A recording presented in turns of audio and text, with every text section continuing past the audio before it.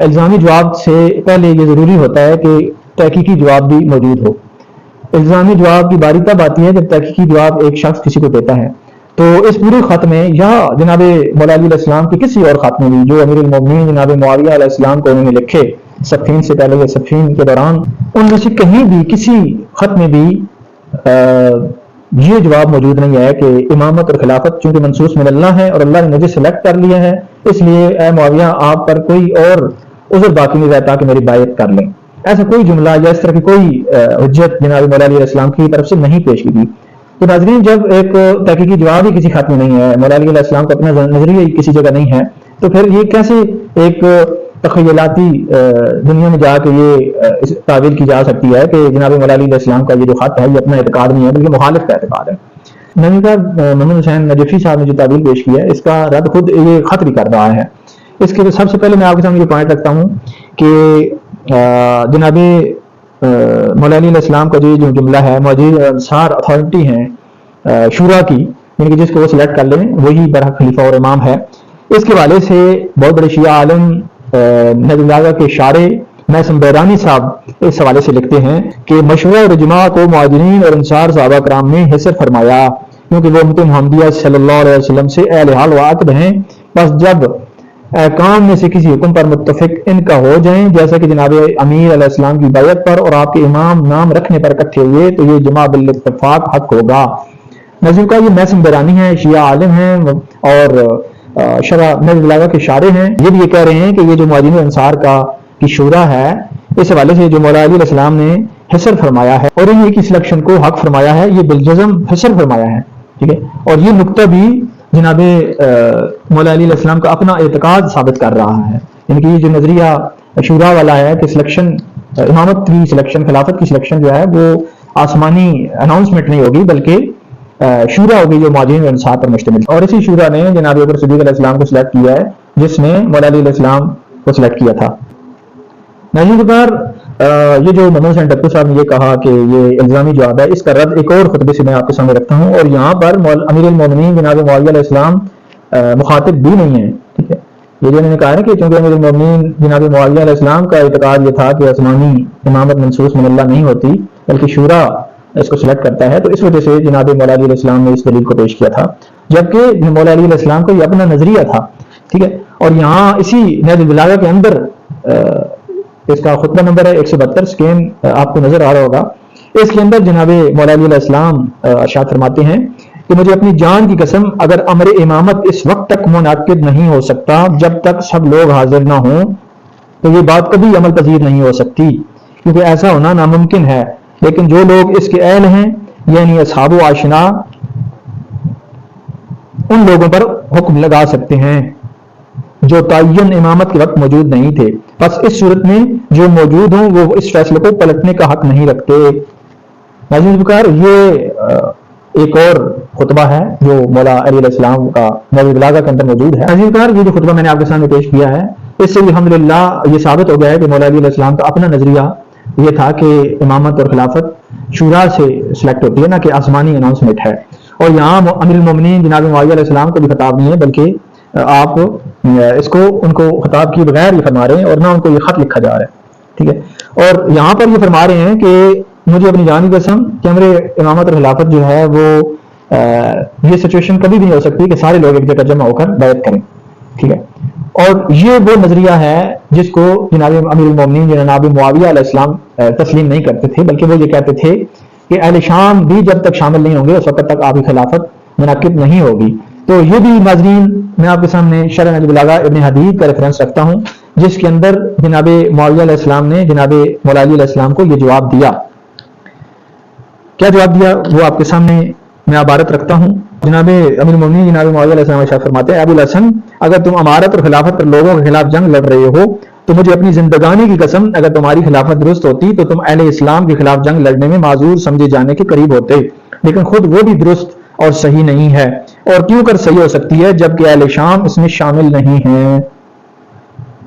تو اجماع کہاں منعقد ہو گیا، اور بغیر اجماع کے اس کا انعقاد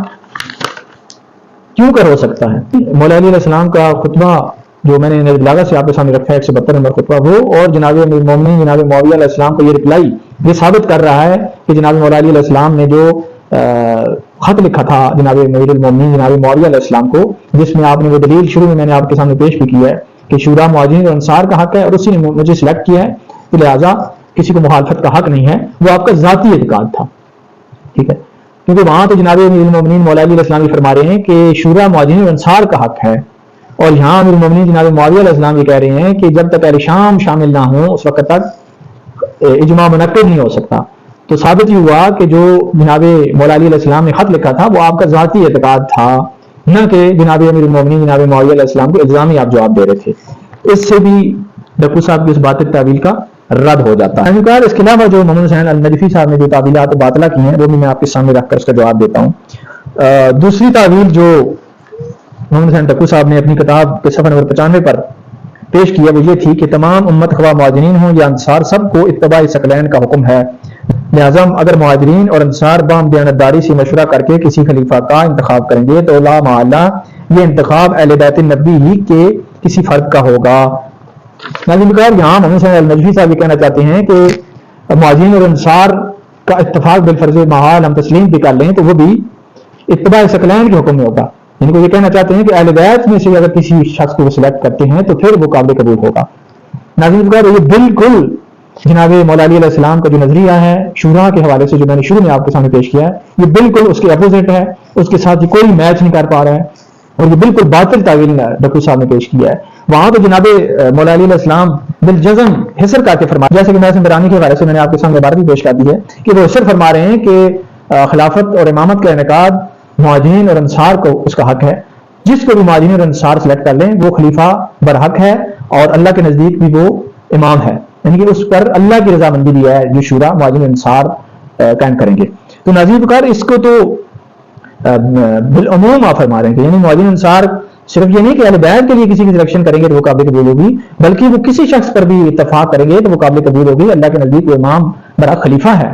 تو یہ تو اس کی تخصیص کر رہے ہیں کہ بھائی یہ تو صرف اہل بیت کے حوالے سے اگر وہ سلیکٹ کریں تو پھر قابل قبول ہوگا، یہ بالکل باطل تعویل ہے۔ ناظرین کا جو تیسرا جواب جو محمد حسین النجفی صاحب نے پیش کیا وہ میں آپ کے سامنے رکھتا ہوں، سکرین پر بھی آپ کو نظر آ رہا ہوگا۔ محمد حسین النجفی صاحب تیسرا جواب یہ فرماتے ہیں کہ اگر آن جناب یعنی کہ مولا علی علیہ السلام کے اس کلام کو نقضی و الزامی قرار نہ دیا جائے بلکہ اسے حقیقت پر معمول کیا جائے تو اس سے مسلمانوں کی تینوں خلافتوں کا قلع کما ہو جائے گا، کیونکہ واضح ہے کہ ان معنی کی بنا پر انعقاد خلافت کا انحصار تمام مہاجرین و انصار کے اجماع و شورا پر ہے، حالانکہ یہ کھلی ہوئی حقیقت ہے کہ ایسے اجماع اتفاق تینوں خلافتوں میں سے ایک پر بھی واقع نہیں ہوا۔ محمد حسین نقوی صاحب نے بالکل خلاف حقیقت بات کہی ہے کہ خلفائے ثلاثہ پر مہاجرین انصار کا انعقاد کا اتفاق جو ہے وہ نہیں ہوا تھا، شورا کا اتفاق نہیں تھا۔ الحمدللہ جناب ابوبکر صدیق علیہ السلام پر کسی کا کوئی اختلاف نہیں تھا، شروع میں جن شخصیات کا اختلاف تھا وہ بھی بعد میں حل ہو گیا تھا اور انہوں نے بیعت کر لی تھی۔ اس کے علاوہ جناب عمر فاروق اعظم علیہ السلام کو جو خلافت سونپی گئی تو وہاں بھی سکوتی اجماع ہے، وہاں بھی کسی نے بھی مخالفت نہیں کی ہے، مہاجرین انصار میں سے کسی نے بھی فاروق اعظم علیہ السلام کی خلافت کی خلاف ورزی نہیں کی ہے، تو وہاں بھی اجماع سکوتی ہے۔ اس کے علاوہ جناب عثمان علیہ السلام پر بھی کسی نے کوئی اعتراض نہیں کیا جب وہ سلیکٹ ہو رہے تھے۔ تو ان تینوں کی خلافتوں کا اجماع سکوتی اجماع عملی ثابت الحمدللہ، اور محمد حسین نقوی صاحب نے بالکل خلاف حقیقت خلاف عقل نقل یہ تعبیر کی ہے۔ اس کے علاوہ میں آپ کو بتاتا چلوں کہ جناب ابوبکر صدیق علیہ السلام کی خلافت ایک اور اینگل سے بھی اسی خطبے سے یہ جو خطبہ نمبر 172 ہے اس سے برحق ثابت ہوتی ہے۔ مولا علی علیہ السلام کی میں عبارت کرتا ہوں پھر میں آپ کے سامنے استدلال پیش کروں گا۔ خبردار میں دو شخصوں سے ضرور جنگ کروں گا، ایک اس سے جو ایسی چیز کا دعویٰ کرے جو اس کی نہیں ہے، اور دوسرے اس سے جو ان حقوق کو ادا نہ کرے جو اس پر واجب ہیں۔ ناظرین وقار وارننگ کے طور پر مولا علی علیہ السلام یہ ارشاد فرما رہے ہیں کہ میں اس سے ضرور جنگ کروں گا کہ جو ایسی چیز کا دعویٰ کرے جو اس کی نہیں ہے۔ ناظرین اگر اہل انصاف اہل تشیع اہل تسنن کے سامنے یہ بات میں رکھتا ہوں کہ اگر جناب ابوبکر صدیق علیہ السلام کا خلافت پر حق نہیں تھا تو جناب مولا علی علیہ السلام نے ان کے خلاف جنگ کیوں نہیں کی، جبکہ آپ کو قسمیہ طور پر وارننگ کے طور پہ آپ یہ فرما رہے ہیں کہ میں ان دو شخصوں سے ضرور جنگ کروں گا، جن میں سے ایک وہ ہے جس کا حق نہ ہو پھر بھی وہ اس حق کا دعویٰ کرے۔ الحمدللہ اس اینگل سے اس مولا علیہ السلام کے خطبے کے اس ٹکڑے سے بھی جناب ابوبکر صدیق علیہ السلام کی خلافت برکہ ثابت ہو گئی ہے۔ اس کے علاوہ ناظرین پکار ایک اور تعویل یہ کی جاتی ہے کہ جناب ابوبکر صدیق علیہ السلام کی خلافت کے خلاف چونکہ مددگار نہیں تھے، یعنی کہ مولا علی علیہ السلام کو مددگار مہیا نہیں ہوئے تاکہ وہ ان سے جنگ کرتے یا ان کی خلافت کا بائیکاٹ کر کے اپنی خلافت کا دعویٰ کرتے۔ تو ناظرین یہ بھی نہج البلاغہ کے ایک خطبے میں اس کا جواب موجود ہے۔ اس کا پس منظر یہ ہے کہ مولا علی علیہ السلام کے پاس جناب عباس اور جناب ابو سفیان علیہ السلام یہ پیشکش لے کے آتے ہیں کہ ہم آپ کی بیعت کرتے ہیں اور آپ کے لیے ہی لشکر اکٹھے کرتے ہیں، جیسے کہ تاریخ طبری میں بھی اس کی تفصیل موجود ہے اور باقی کتب کے اندر بھی موجود ہے۔ تو مولا علی علیہ السلام نے جو جواب دیا ہے وہ یہ ہے کہ اے لوگوں، فتنی کی موجوں کو نجات کی کشتیوں سے چیر کر پار ہو جاؤ، منافرت کی راہ چھوڑ دو اور مفاخرت اور بزرگی کے تاج سر سے اتار کر زمین پر پھینک دو۔ ناظرین یہاں الحمدللہ ہمارا استدلال برعکس ثابت ہوتا ہے کہ جناب مولا علی علیہ السلام کو لشکر کی بیعت کی پیشکش کرنے کے باوجود بھی مولا علی علیہ السلام نے ابو بکر صدیق علیہ السلام کی بیعت نہیں توڑی، اور یہ بھی چیز جناب ابو بکر صدیق علیہ السلام کی خلافت برکہ خلافت بلا فصل کو ثابت کرتی ہے۔ ایک اور پوائنٹ میں آپ کے سامنے رکھتا ہوں کہ اہل تشیع مصادر کے اندر جہاں بھی ایسی روایات موجود ہیں جس میں جناب مولا علی علیہ السلام کا احتجاج سامنے لایا جاتا ہے کہ انہوں نے من کنت مولا یا کسی اور فضیلت سے اپنی خلافت پر احتجاج کیا، تو وہ اس کے حوالے سے میں بتاتا چلوں کہ وہ بطور فضیلت کے تھا، نہ کہ بطور نص کے۔ آپ ساری روایتیں اٹھا کے دیکھ لیں، وہاں پر آپ بطور فضیلت کے آپ اپنی خلافت پر اس کا احتجاج کر رہے ہیں۔ احتجاج کی کتاب بہت ہی مشہور کتاب علامہ طبرسی کی ہے، اس کے اندر آپ احتجاج سارے پڑھ لیں۔ مولا علی علیہ السلام نے جہاں بھی اپنی فضیلت کی روایتیں جو مولا علی علیہ السلام کے لیے بارے میں جناب رسول اللہ صلی اللہ علیہ وسلم نے ارشاد فرمائی تھی، ان سب کو لا کر بطور فضیلت کے آپ نے احتجاج کیا، نہ کہ بطور نص کے۔ اور بطور نص کے کہاں پیش کر سکتے ہیں جبکہ آپ نے خود شورا کو، معاذین اور انصار کو انعقاد خلافت کی کسوٹی قرار دے دی۔ اس صورت میں بھی کسی اس روایت کو بھی پیش نہیں کیا جا سکتا جن کی طرف میں نے اشارہ کیا، اور پھر اس طرح کی اکثر روایتیں ضعیف ہیں، مجہول راویوں والی ہیں، اور جو ہے نا صحیح روایات کے بھی خلاف ہیں، تو ان روایات کو بھی پیش نہیں کیا جا سکتا۔ نظر آج ہم نے مولا علی علیہ السلام کے ان خطبات اور خطوط سے جو نہج البلاغہ میں منقول ہیں ان سے ثابت کر دیا ہے کہ امام الصحابہ وآل بیت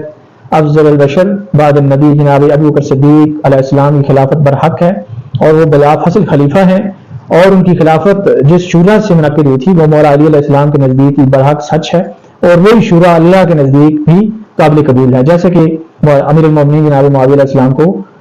خط لکھتے وقت آپ نے فرمایا تھا، جو آپ کے سامنے میں نے پوری عبارت پیش کر دی ہے۔ اور دوسری چیز اس سے یہ ثابت ہوگی، مولا علی علیہ السلام کا بھی اعتقاد تھا کہ امامت اور خلافت کوئی ایسی چیز نہیں ہے جس کو آسمانی اناؤنسمنٹ قرار دیا جائے، یعنی کہ وہ آسمان سے کوئی اس کی اناؤنسمنٹ اللہ کی طرف سے نہیں ہوتی، بلکہ اس کا انعقاد شورا، مہاجرین اور انصار کی شورا کرتی ہے۔ الحمدللہ ہم نے نہج البلاغہ کی روشنی میں یہ دونوں چیزیں ثابت کر دی ہیں۔ والسلام ورحمۃ اللہ وبرکاتہ۔